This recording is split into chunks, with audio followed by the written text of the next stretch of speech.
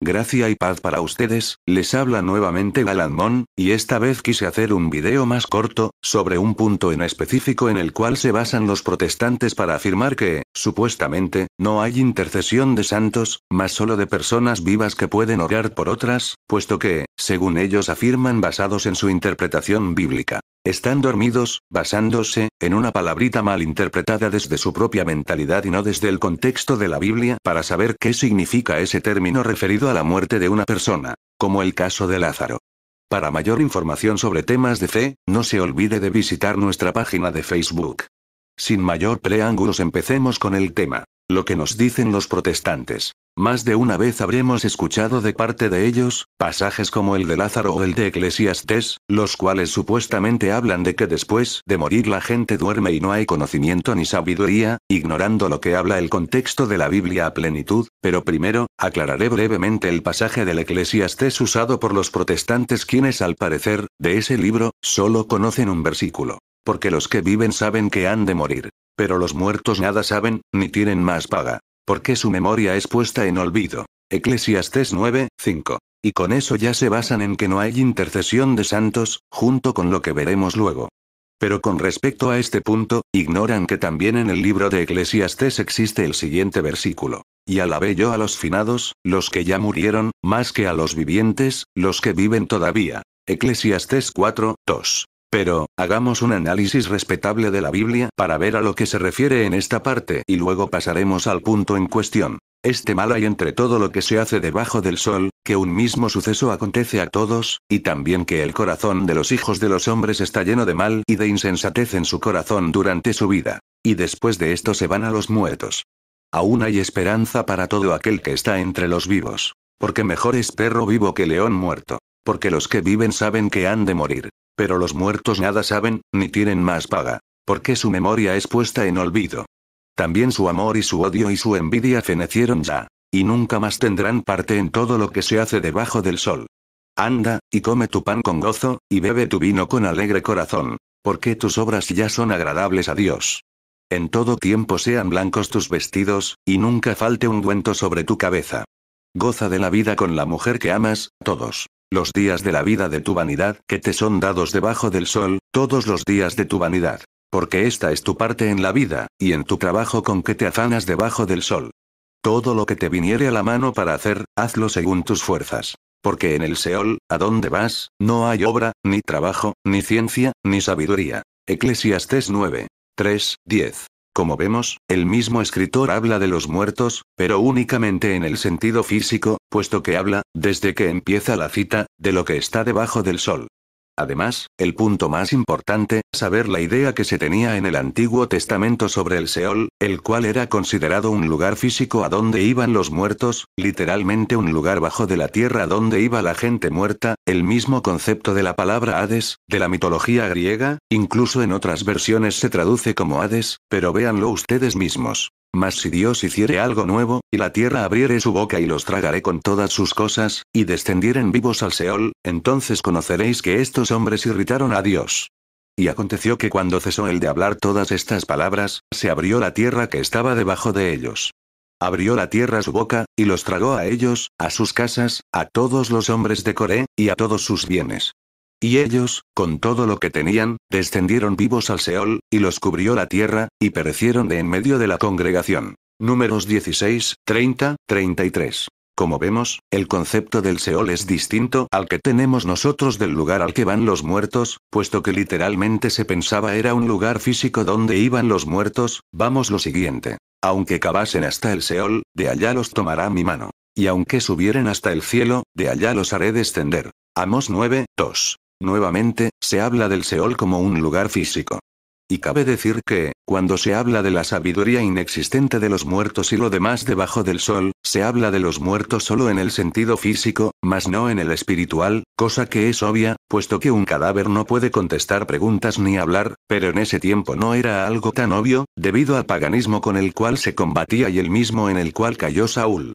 Pero veamos ahora lo que significa la palabra dormir según la Biblia cuando se refiere a los que ya murieron. El caso de Lázaro. Es en este pasaje de Lázaro en el que se basan para afirmar que los difuntos no pueden estar orando por otras personas que están vivas, puesto que duermen. Veamos la cita. Dicho esto, les dijo después: Nuestro amigo Lázaro duerme, mas voy para despertarle. Dijeron entonces sus discípulos: Señor, si duerme, sanará. Pero Jesús decía esto de la muerte de Lázaro. Y ellos pensaron que hablaba del reposar del sueño. Entonces Jesús les dijo claramente: Lázaro ha muerto. Juan 11, 11, 14. Como vemos, aquí Jesús dice explícitamente que Lázaro estaba, entre comillas, durmiendo, y vale decir que se refirió a que estaba muerto como dice la cita, puesto que ya llevaba 3 días muerto y Jesús al revivirlo, lo despierta, interpretado esto como una prueba de que, los muertos duermen espiritualmente hasta ser revividos, vale decir, para nosotros, hasta que venga el día del juicio.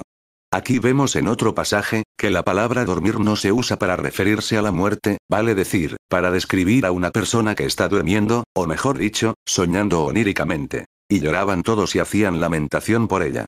Pero él dijo: No lloréis. No está muerta, sino que duerme. Lucas 8, 52. Jesús mismo dice que la persona no está muerta, sino que duerme, porque, en verdad la gente creía que la niña estaba muerta, como si lo estuvo Lázaro, lo que nos lleva a suponer que Jesús aquí usó la palabra dormir para describir un sueño onírico, porque al parecer estaba inconsciente, mientras que en el caso de Lázaro, usó la palabra dormir, para describir la muerte del mismo. Pero, el tema en específico es en el que se basan los protestantes, en el caso de Lázaro, en el cual demostraré, incluso con las mismas Biblias que usan, que Jesús, y en todo el resto de la Biblia, la palabra dormir, cuando se hace referencia a la muerte de una persona, se refiere única y exclusivamente en el sentido físico, vale decir, en cuanto a los cuerpos de las personas muertas, veamos primero algunos casos del Antiguo Testamento. ¿Y por qué no quitas mi rebelión, y perdonas mi iniquidad?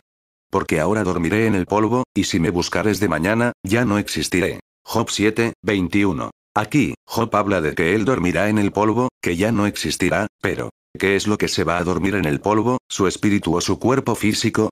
Pues, su cuerpo físico, mas no su espíritu, porque ¿acaso el espíritu es un conjunto de polvo? ¿O, es el polvo en lo que se convierte la carne después de descomponerse? La respuesta es evidente, pero sigamos viendo, además, dice Job. Acuérdate que como a barro me diste forma, y en polvo me has de volver. Job 10, 9. Lo que nos hace acordar a lo dicho por Dios en el Génesis. Con el sudor de tu rostro comerás el pan hasta que vuelvas a la tierra, porque de ella fuiste tomado. Pues polvo eres, y al polvo volverás. Génesis 3, 19. Habla de que la persona regresa al polvo, tal y como dice Job, pero se refiere únicamente, en el sentido físico de la persona, vale decir, a su cuerpo carnal, lo mismo con lo que se relaciona la palabra dormir cuando habla Job de ello, pero sigamos viendo otros ejemplos que sustenten lo que decimos. Tus muertos vivirán, sus cadáveres resucitarán. Despertad y cantad, moradores del polvo. Porque tu rocío es cual rocío de hortalizas, y la tierra dará sus muertos. Isaías 26, 19. Aquí, se habla de los moradores del polvo, es decir, los muertos, y más específicamente, sus cadáveres, los que, como dicen en Job 7, 21, son los que duermen, mas no se refiere a los espíritus. A continuación otro ejemplo. Y muchos de los que duermen en el polvo de la tierra serán despertados, unos para vida eterna, y otros para vergüenza y confusión perpetua. Daniel 12, 2. Nos preguntamos, ¿quiénes son los que duermen en el polvo? ¿Las almas de las personas o sus cuerpos? La respuesta es evidente. Veamos un ejemplo más específico sobre el punto que estamos tratando. Y llegaron los días de Israel, Jacob, para morir, y llamó a José su hijo, y le dijo: Si he hallado ahora gracia en tus ojos, te ruego que pongas tu mano debajo de mi muslo, y harás conmigo misericordia y verdad. Te ruego que no me entierres en Egipto. Mas cuando duerma con mis padres, me llevarás de Egipto y me sepultarás en el sepulcro de ellos. Y José respondió: Haré como tú dices. E Israel dijo: Júramelo. Y José le juró.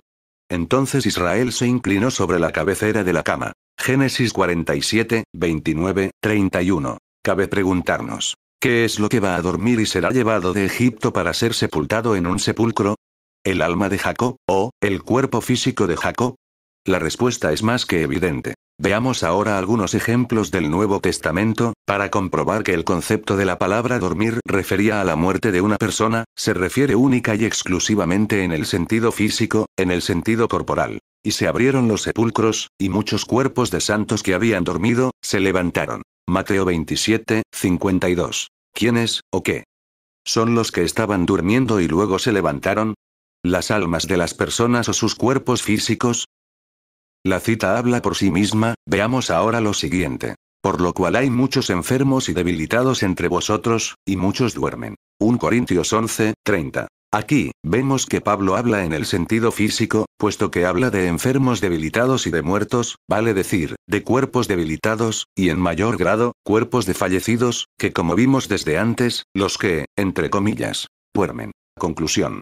Como vemos, es muy pobre y primarioso de parte de los protestantes basarse en un versículo y más específicamente en una palabrita para deducir una verdad de fe tan significativa e importante como lo es la actividad de los difuntos luego de morir físicamente, ignorando que deducciones absurdas e insuficientes como esas, en especial que no contemplan con seriedad el contexto de la Biblia antes de apresurarse a interpretar cualquier cosa, nos pueden llevar a contradicciones, como por ejemplo, en el cual también fue y predicó a los espíritus encarcelados, los que en otro tiempo desobedecieron, cuando una vez esperaba la paciencia de Dios en los días de Noé, mientras se preparaba el arca, en la cual pocas personas, es decir, 8, fueron salvadas por agua. 1 Pedro 3, 19, 20. ¿Acaso fue Cristo a predicar a gente dormida espiritualmente?